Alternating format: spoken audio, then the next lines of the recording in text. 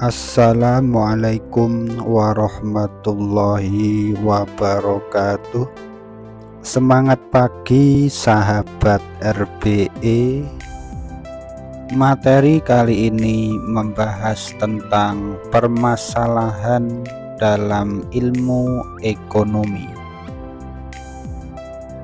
Perhatikan gambar berikut.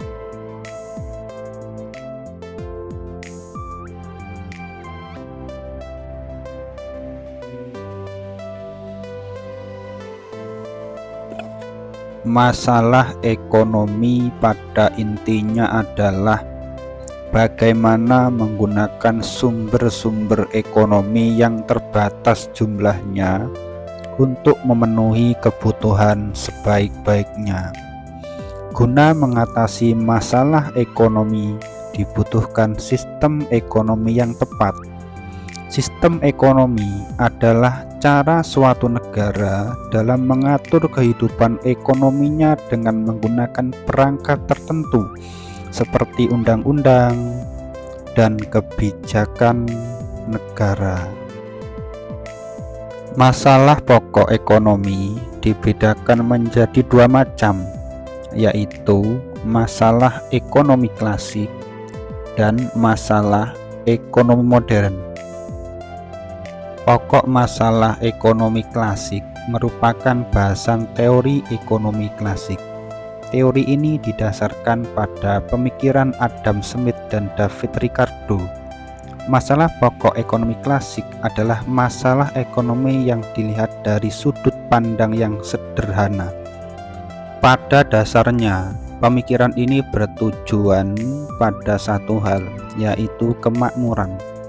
Kemakmuran adalah situasi di mana semua barang atau jasa yang dibutuhkan oleh manusia telah tersedia.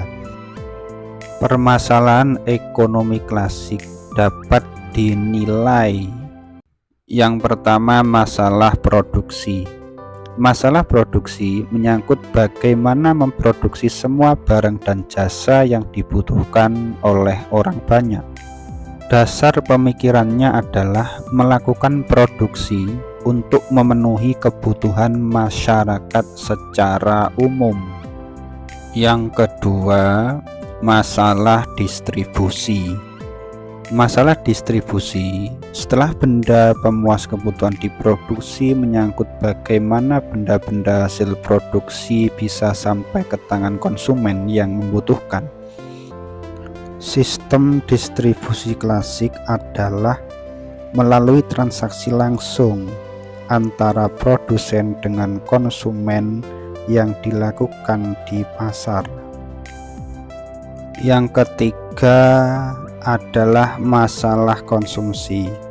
Masalah konsumsi menyangkut permasalahan apakah benda pemuas kebutuhan yang diproduksi memang benda yang dapat dimiliki oleh konsumen, merupakan barang yang tepat, dibutuhkan, diinginkan, dan mampu dibeli oleh konsumen. Masalah ekonomi modern.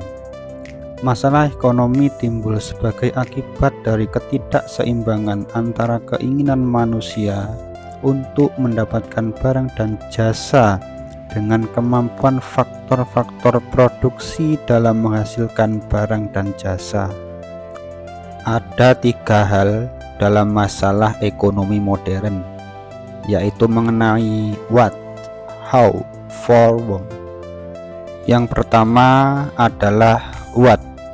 Yang dimaksud adalah barang dan jasa apa yang akan diproduksi. Apa yang akan diproduksi merupakan masalah pokok dan penting dalam ekonomi, karena selain jumlah sumber daya yang terbatas, kesalahan penentuan apa yang akan diproduksi bisa mengakibatkan kerugian, bahkan kebangkrutan bagi produsen, serta dapat pula merugikan masyarakat karena adanya barang dan jasa yang menumpuk tidak terpakai, sehingga mengakibatkan pemborosan sumber daya. Ada dua hal yang harus dipertimbangkan dalam menentukan menentukan apa yang akan diproduksi. Yang pertama, barang dan jasa apa yang sebenarnya dibutuhkan oleh masyarakat.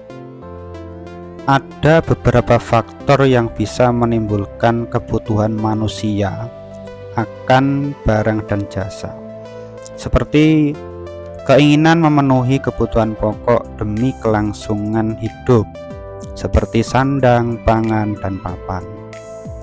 Terus ada yang sifat manusia yang tidak pernah merasa puas, dan rasa ingin tahu manusia yang mendorong manusia menciptakan alat-alat untuk memuaskan rasa ingin tahunya. Yang kedua, bagaimana tingkat ketersediaan sumber daya untuk memproduksi barang dan jasa yang dibutuhkan. Sumber daya bersifat langka dan pemakaiannya bersifat alternatif, maka produsen harus dapat menentukan pilihan yang dapat memberikan manfaat terbesar bagi masyarakat dengan cara bertukar informasi dan pembagian kerja antar produsen. Yang kedua adalah how.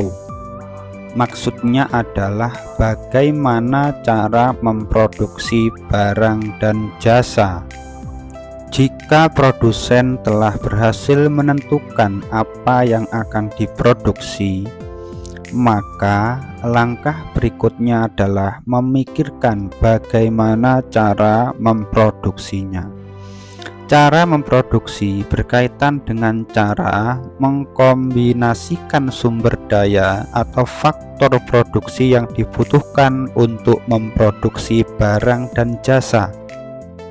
Seorang produsen harus mempertimbangkan aspek efisiensi atau penghematan, misalnya dengan cara memilih cara produksi yang paling sedikit membutuhkan biaya agar barang dan jasa yang dihasilkan bisa dijual dengan harga relatif murah. Mencari bahan baku dengan harga yang lebih murah tetapi tetap baik mutunya. Penggunaan mesin-mesin modern, penggunaan cara produksi yang padat karya untuk mengurangi jumlah pengangguran, serta melakukan analisis tentang dampak produksi terhadap lingkungan dan masyarakat sekitar. Yang terakhir, for whom. Maksudnya adalah kepada siapa barang dan jasa diproduksi.